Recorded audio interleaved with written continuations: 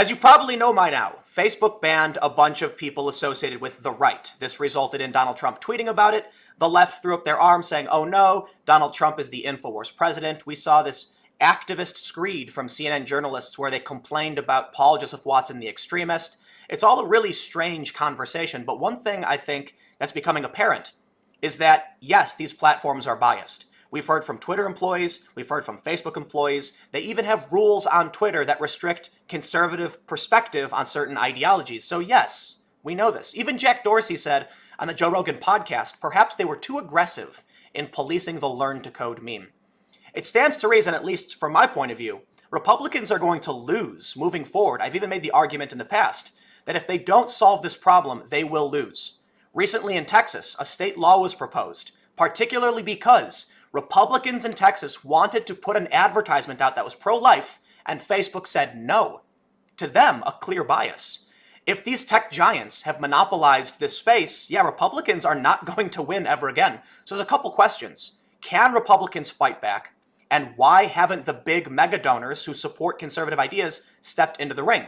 To address these issues, I am joined by Will Chamberlain, lawyer and publisher of Human Events, who had two really interesting takes on the whole issue. One, arguing that platform access is a civil right, and another article talking about these big mega donors who haven't stepped up. So first, let's talk about platform access as a civil right, but let's begin that conversation by me asking you, what do you think is going to happen to conservatives, Republicans, and honestly, like the reason I'm concerned with this, moderates. We've seen feminists banned, right? If you oppose the regressive orthodoxy of, intersectionality, they'll ban you too. What future do you see if the situation isn't remedied?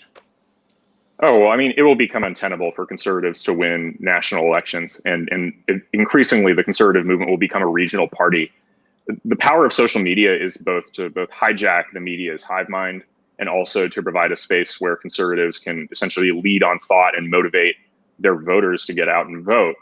If the social media platforms constrain and constrict conservative speech and ban effective persuaders and influencers on the right, that's a huge boon to the left in terms of elections. So I don't see a way for Republicans to continue to win elections going forward if they let the left destroy them on social media. There's actually something really interesting shared with me by, there are a lot of companies that want to make what's called OTT, over-the-top services. So that's like your Roku player, your Amazon. And I saw this chart that shows the 50-plus demographic is still watching TV, but young people are just every day watching more and more online content. So I feel like one of the problems, you have a lot of Republicans who are just, they're not seeing it because they're not as active online as the younger generation. But you have, so this conversation is being framed now by young people, and the younger, moderate, conservative, and even like old school Democrats from 10 years ago are being called far right. They're being smeared. They're being banned.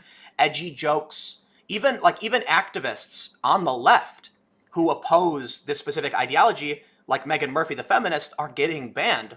So to me, it seems like we might not see the ramifications of this for about 10 or 15 years. But if something doesn't happen now, man, conservatives today are not going to exist. So you wrote this article saying that platform access is a civil right. Why don't you explain what you mean by that? So, I mean, basically, there's kind of two big components to the article. The first is the question of whether or not to frame social media platform access as a civil right as opposed to something else, just about free speech, for example. And then the second is about what exactly could be done by conservatives to protect that civil right. And the civil rights framing, I think, is important. I think it's accurate, first and foremost. When we think about civil rights, we're thinking about those things that the government says to private companies, this is so important that we're not even going to let private companies violate these rights. And usually they're in furtherance of some commitment in the Constitution based on constitutional rights. So the way I see civil rights, for example, the 14th Amendment protects against government racial discrimination, right? That's the equal protection of the laws. The government's not allowed to discriminate against you on the basis of race, sex, etc. But that was already the rule in the 1950s after Brown versus Board. And I mean, that was effectively the rule that governments couldn't do that. But that didn't change the experience for people, Black people who were, say, driving on a highway through the South. That didn't mean that a private motel had to let you stay in their motel. That's a real example from your article. You talk about Lyndon Johnson's staffers who were struggling to drive to his home. Yeah, exactly. I mean, it's a shocking anecdote. And I mean, it even woke me up. I remember 10 years ago kind of reading the libertarian arguments against civil rights and entertaining them intellectually. But real life examples like that make you realize that, okay, I guess libertarianism can be appealing in sort of this aesthetic sense of letting liberty and the market solve all these problems. But it's not okay that Black people couldn't go to a restaurant or use a restroom or go to a hotel. That wasn't okay, and the government was capable of making that problem stop. And I think that's the power of the civil rights argument. It says, look, if something's a civil right, we don't have to wait for some entrepreneur to figure out some novel solution to the problem. We don't have to hope that some invisible hand mechanism comes along and resolves the problem for us. We can just use government power and make it stop. And this is the weirdest thing to me because, I posted this big long thread with all these facts on my Facebook while I was arguing with some like democratic socialist types, and they just completely ignore it and they say private companies can do what they want. And I said, what? I used to hang out with these people who were straight up like, we need to stop these companies from building this oil pipeline. They should be allowed to do it. I'm like, yeah, we shouldn't let these companies do whatever they want. We want like I believe in a mixed economy, right? You got to have there's got to be market competition, but we do have to try and control things that get out of hand. We've got to have some. So I'm for the mixed economy, but I had a thought on this, right? First of all, my opinion has always been that, like in the instance of the wedding cake, the gay wedding, I understand that's a complicated story because what people tend to miss in that one, if for those that are watching, if you're not familiar, the baker, and I think it was Denver, didn't want to make a custom cake for a gay wedding. He said, you can have any cake you want, but I won't do custom work. And it's not as simple as to say that he wouldn't serve them because he was offering them to buy whatever they wanted. It was that they wanted him to produce a specific message. Here's what's fascinating. On Twitter, my understanding is the reason Twitter thinks they have a right to ban whoever they want, it's a First Amendment argument. You can't make Twitter speak, right? Am I correct? I think that's probably going to be their legal defense. They'll have a First Amendment legal defense to something like this. Sure. That Twitter has free speech, that they publish, that they're essentially platforming these ideas and they shouldn't be obligated to speak an idea they don't like. But that's a similar argument, in my opinion, to the wedding cake. Now, I don't know if that's what he did, but can you force someone to speak something they don't want to speak? But here's my ultimate thought on the bigger issue and social media. When it comes to a business operating in, say, my town, we all pay taxes. We are obligated to pay taxes. You may think taxes shouldn't be. That's a different argument. By all means, you can have it. We'll talk about that later. But for the time being, if I have to spend money to fund infrastructure, to fund plumbing, to fund electrical power lines and streets, you shouldn't be able to occupy space that I'm contributing to and then restrict my access to it for, arbitrary means. Finding the line of where, what is arbitrary and what isn't is a conversation. Like if I go into your business and start shrieking at the top of my lungs, by all means, kick me out. But if someone comes into your business and happens to be, Muslim, throwing them out's unfair because they did nothing wrong. They're not in violation of any laws, and their taxes contribute to the space you're occupying. So I look at Twitter, and here's what I see. Massive multinational corporations with foreign investment, with extreme power in swaying our laws and our governments. They're hiding money overseas. They're using our infrastructure in our country and then saying, but I can arbitrarily decide who is or isn't allowed to speak. That's terrifying. Right. I don't think you should be allowed to use my infrastructure that my taxes contribute to, that I pay for the collective defense too, and you're freeloading on that. Why can you take away my right to legally speak? So that's to me. There's that's my social liberal argument that I'm surprised the former Democrat types aren't saying. So, I mean, I kind of want to take that in turn because there's like so much interesting, there's like 3 or 4 distinct interesting arguments there, right? So the first one is, fair enough. But I think I can remember them. I'm a good debater, if I remember right. The first one is about the bake a cake argument, right? That liberals who are perfectly happy to demand that some random baker in Colorado bake a cake for a gay wedding are suddenly yelling, my private company, how dare you infringe on Facebook's rights? Interestingly, I'm a conservative, so the pushback that I get on this article is pushback on, well, what are you saying? Are you saying people should have to bake the cake from the conservatives who, come that angle? And my answer to that is no. I think you can draw a principal distinction between one baker out of 200 million people that bake some cupcakes versus a $500 billion social media company and suggest that perhaps we impose more restrictions and more demands on the $500 billion social media company than we do on random bakers. I think that's a principled position in general. But even so, like, I think the really bizarre case is the one where you say, yes, we should be able to force people to bake the cake. No, how dare we infringe on Facebook's rights? That's insane to me. Clearly, the big threat is the big tech companies. Yeah, like Then what a baker does or doesn't do, it's like, sure. Yeah. Okay, it's a baker. Yeah, but just go to another baker. It's fine. There's no other Facebook I can go to. There's plenty of other bakers I can go to. Right? Yep. So it's a monopoly. It's the monopoly of it. So here's an interesting twist. So you also then made this First Amendment point, right? That Twitter has this First Amendment freedom of association argument that they want to make, that they shouldn't be forced to speak. Well, that position would conflict with their position on Section 230, obviously, because they say they're a platform, not a publisher. Ron Coleman made that point really well, I thought. Interesting. Which is, if you're saying you're a platform, then obviously you're not speaking. That's why you're not liable for defamation. So where's your First Amendment argument, bro? That actually is their argument, though. It was the Jared Taylor case where Twitter argued under the First Amendment they can't be obligated to speak someone else's speech. So okay. So it's clear to me that they're in violation of at least the spirit of the law. They're picking winners and losers. They're censoring certain ads for arbitrary reasons. They seriously, I mean, look, there was a period where I'm scared to even say the word because I know what'll happen when the when the YouTube algorithm, they do a speech conversion and then take the words and then flag your video. But wow, okay. A certain device which is used for self-defense and protected under the Second Amendment, Google actually banned all instances of that word so that you couldn't even talk about anime because there's an anime called Gundam Wing.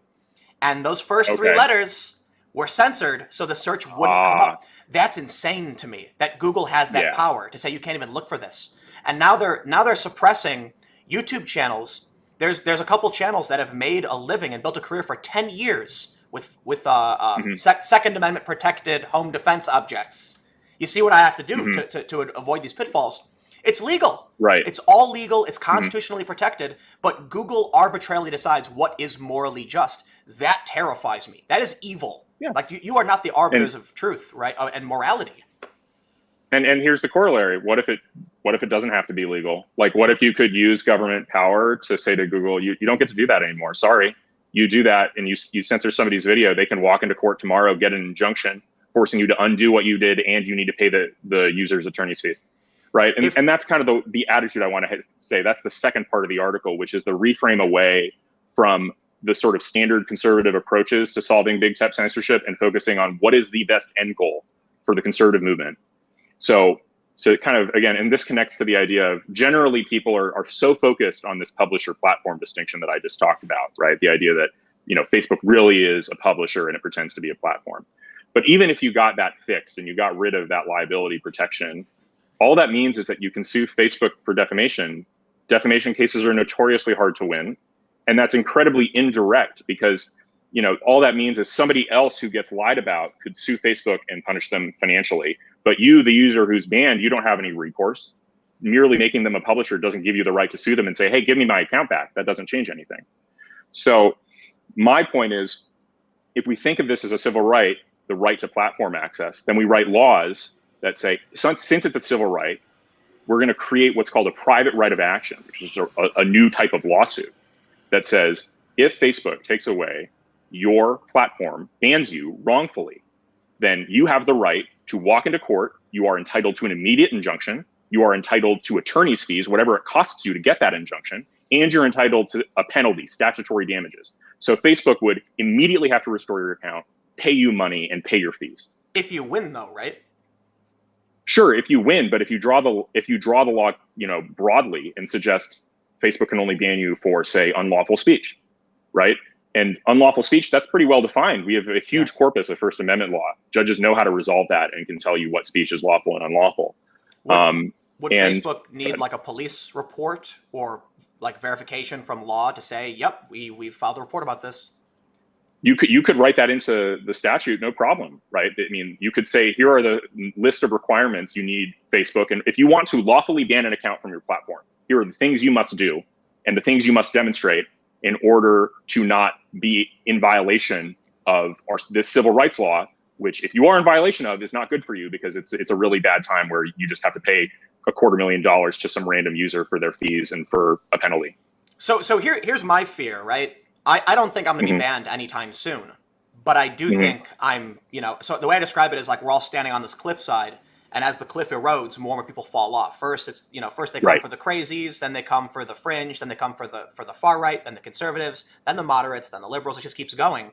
So I'm watching, one by one, people are falling. This is really funny, actually. Oliver Darcy, the CNN journalist who called Paul Joseph Watson an extremist, who has been, furious over InfoWars and all that, interviewed me 2.5 years ago, 3 years ago, when I said it's disconcerting the alt-right is getting banned for having bad opinions.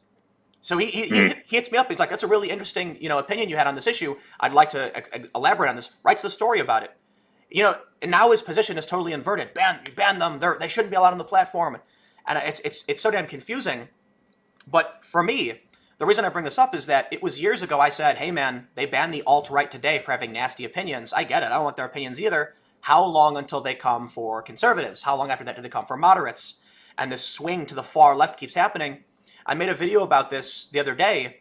I have 3 or 4 charts showing how the Democrats are swinging far to the left. And we've got all these mainstream publications saying it's happening. So if we follow this track, where do we end up? 10 years? Will there be conservatives on social media? I doubt it. But it's worse than that. It means, I already have to walk on eggshells to talk about basic things. You've got like Sam Harris. Yeah. Sam Harris he does not like Donald Trump. He's a neuroscientist, and he's actually talked about the idea of race and intelligence. How long until that's removed outright and banned, right? So the cliff's eroding. I'm not saying that to like endorse Sam Harris. I'm just pointing out that you'll actually have scientists, and we're actually seeing this with some scientific research being pulled down due to protest. The track seems obvious. Take away someone's right to speak, the ideas can't exist in public, and the Overton window swings ridiculously to the far left unless something's done about it now. So this will be a good point to segue into why aren't these big mega donors doing anything about it? If you want to address anything I just said before we get into that, by all means. Oh yeah, well, and part of that is why I think the civil rights framing of this issue is so powerful and important. For so long, the narrative has been, well, is this person really a good person? Like, should they really be able to spread their hate speech? And I think the power of the civil rights reframe is you immediately get to say, why are we picking and choosing who gets civil rights? I thought that's not how civil rights work. We protect civil rights for everyone, even if we don't like what they're using them for. Yeah. And so I think that's a way to just change this whole debate to a high ground. Like, and suddenly people who are fighting against it, if it sticks, and I think it should, I really do believe this should be conceptualized as a civil right. I think that's completely fair framing. But if you're against it, then you're an anti-civil rights advocate. Suddenly Oliver Darcy is for stripping people of civil rights. And I think that, and he might say, oh, that's so unfair. I'm totally pro civil rights. I'm totally pro people being able to access common carriers. Are you? Really?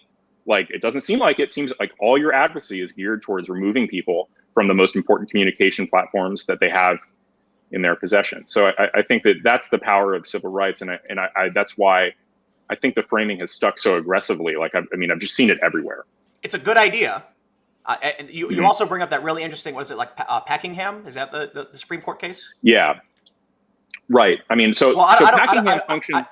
want to get too much into the nitty gritty of that specific case. Sure. But the reason I'm sorry to interrupt, but I bring it up because it basically has a Supreme Court saying specifically, social media is cheap, effective, and one of the most ubiquitous tools for public participation.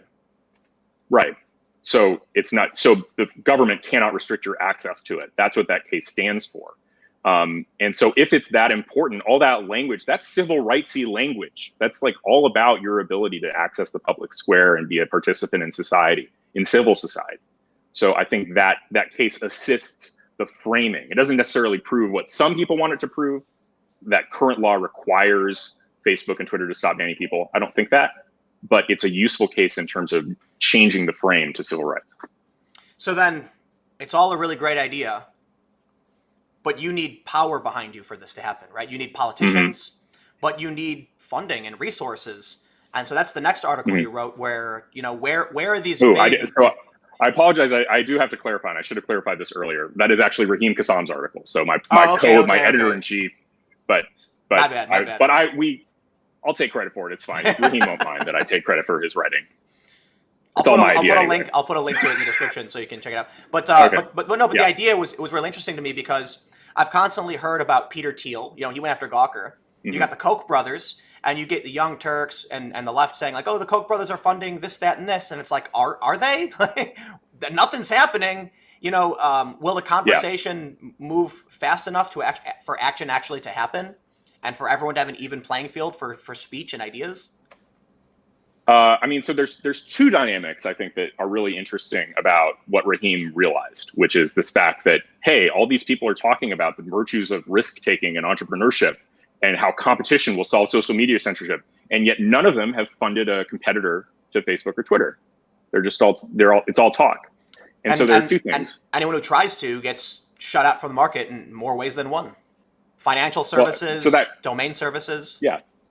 Yeah, that's one point, right? So point one is, it turns out that competing with these companies is extraordinarily difficult. Funny thing, right? They try and say that there's no monopoly here, and yet the moment you say to them, well, then try to compete with them, they're like, what do you mean? I couldn't compete with Facebook. That's impossible. How could one, deal with all their problems? Well, I like the escalating meme of build your own X, and it gets to the point where it's like, build your own financial infrastructure, but then it's like, build your own geostationary network, satellite network for low latency internet in rural areas. Eventually you get to the point where like, no, you can't.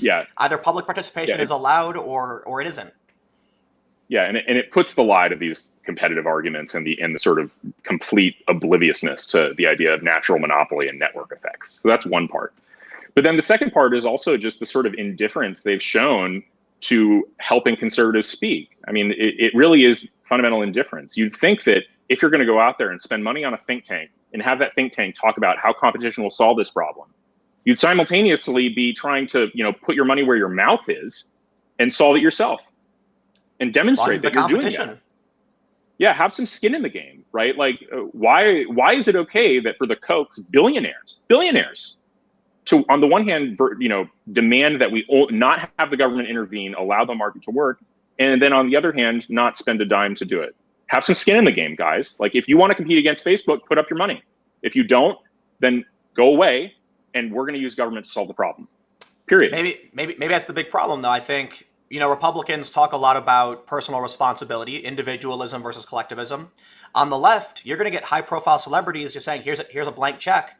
And on the right, you're going to have people saying, well, you're going to have the high-profile individuals saying, how does it benefit me? And then you try and explain the long-term advantages of protecting speech and civil rights. And they're going to say, but how do I lower my taxes? How do I, I want to build a factory that doesn't help me in any way, right? In fact, you could even argue that protecting activism online could be bad for big industrialists and certain individuals, right? Maybe they want to be able to go to Facebook and say, here's a little extra fluff, get rid of that person who's protesting me. Yeah. I mean, it's always the most robust defenses of competition and the virtues of the marketplace are always the people who have completely insulated themselves from competition at nonprofit sinecures. It's really quite obnoxious. These are people who laud the virtues of risk and avoid all risk in their own personal lives. But and that extends not beyond merely their jobs, but also who they'll talk to. I mean, you go down the list, they're constantly trying to distance themselves from the wrong people to maintain their sinecure. It's actually sort of ridiculous. But that's actually funny that's actually interesting though, because that kind of sounds like something Jordan Peterson said about the right drawing a line and the left not drawing a line, right? Yeah. That people on the right are like, hey, that's not good. We better get rid of that. We're getting too close. And the left is just like, what's that? Contradictory ideas. We'll just lump them all in together. Well, I mean, once you realize that the left's principle is not let's have anything abstract other than like we should win and they should lose, then you suddenly realize there's no real internal tension between these arguments at all. Right? We should win and they.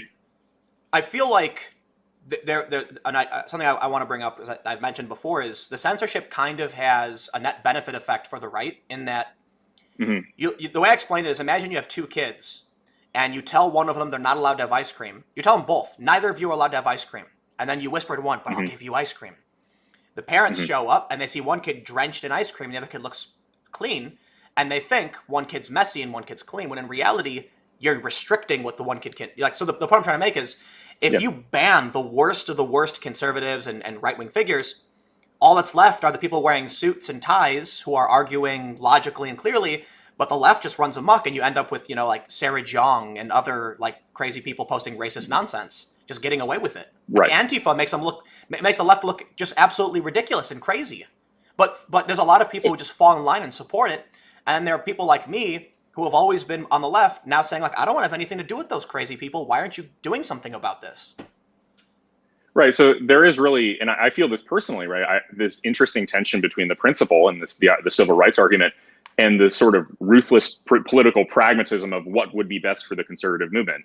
I mean, yeah, in many ways, the conservative movement is not benefited by, say, Richard Spencer getting the right to speak, or even Laura Loomer getting the right to speak. Like, just from an abstract, if you were solely thinking about how do we win elections, and you were making law solely based on that calculation, you might come down on the side of, actually, yeah, we should restrict some of the crazies, because that would improve our chances. That would mean there was less, it'd be a harder target to hit for the left. And since the left doesn't police their own, we have easy targets going the other direction. But I embrace this position because I think it's the moral thing to do.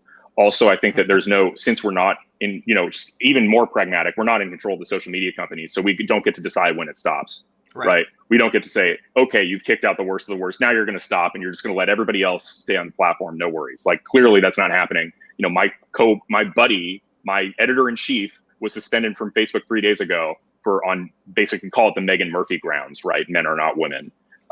That argument, which I personally never express anymore, because not necessarily because I wouldn't want to talk about it, but because I'm aware of the sort of Damocles hanging over all of our heads. Exactly.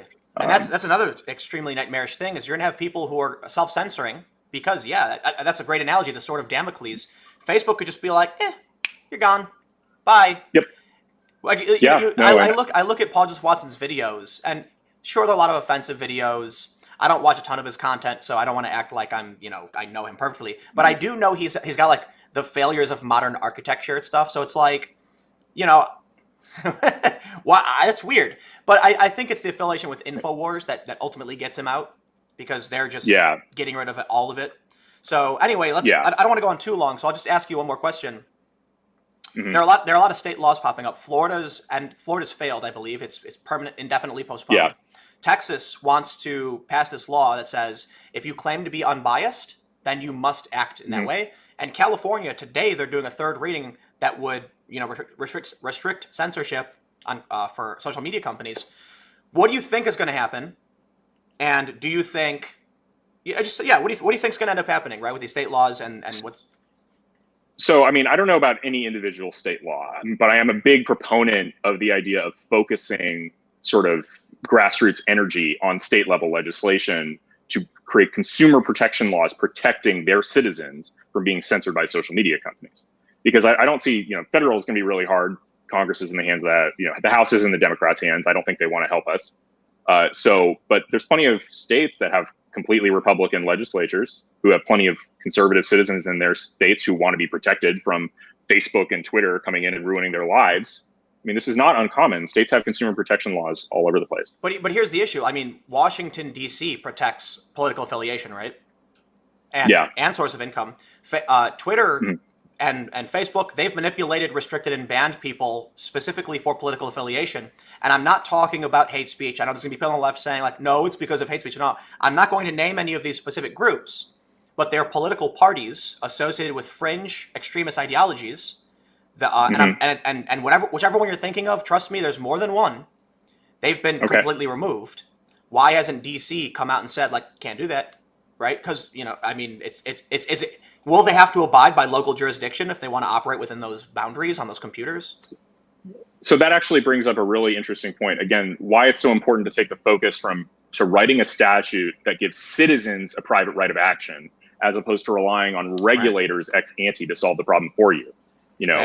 Most people, when they think of laws, they're like, oh, it's going to be Lois Lerner. It's another very common argument. Lois Lerner will be the one regulating your speech rights. You don't want that. It's like, no, I agree, I don't. So I want to draw up a law that instead gives the user the right to go to court to force the company to comply with the law and give them their account back. And that's doable. There are plenty of cases where you can do it. So that's how you avoid the problem of regulators kind of looking in the other way at laws they don't really want to enforce. It's harder for judges to do that because they know they have an appellate judge sitting above them who's going to criticize them if they decide to butcher the law. Well, I will wrap up with one final thought. I don't know if you have anything you want to add before we end. Well, thanks for coming on. I will point out, it's weirdly enough, Will is on my channel like more often, and it's probably because you're a lawyer and you're talking about a lot of similar things I do. So when I see this article, I'm like, that's actually one of the most forward-thinking arguments put forward yet. We see a lot of the people saying the same thing, like, don't ban me, and then you come out like, here's a civil rights argument, here's precedent, and so I'm like, that's a really important conversation. I will say that, I think it should be obvious to everybody at this point, there is going to be self-censorship. There are people who have been banned from YouTube without even breaking any rules. And I mean it, like Monkey Jones. Channel, he's in edgy jokes where he mocked Elliot Rodger. They just took him out. No questions, no, just boom. He didn't even get any strikes. They just erased his channel. So unless there is, some right to access, we either, in my opinion, have to recognize the damage being done by these massive monopolies. They control way too much. They're controlling commerce. They're starting, we've got MasterCard controlling transactions and Visa. PayPal controlling 60-70% of online transactions, Stripe. Then you've got the Amazon controlling commerce online. You've got basically all of it. And then you've got Facebook, Twitter, and YouTube controlling speech. It's like maybe there's a point where we should realize the commons are under threat. And my mind is blown that I'm actually talking to a conservative about this problem and solving it instead of liberals. But I will be talking to, tomorrow, I'm doing a live stream with David Pakman about this, which is going to be really great. Dave, I think Dave's pretty good, and we were having some Twitter exchanges, so that's going to be fun. So I'll just wrap it up there. You guys can follow me on Minds at minds.com/Timcast. New videos every day at 4 p.m. Eastern. I'll have more videos on my second channel, youtube.com/TimcastNews. Will, do you want to mention where people can find you? And yeah, so I'm Will Chamberlain on both Twitter and Periscope, but more importantly, we just launched a brand new, not brand new, the oldest conservative magazine in existence. We just relaunched it, Human Events, www.humanevents.com. We're trying to put out beautiful, really in-depth, interesting commentary and news, and I think if you guys take a look, you will enjoy it. I will put the links to the two articles, one from Will and one from Raheem, in the description below. You can check it out. Thanks for hanging out, and I will see you all next time.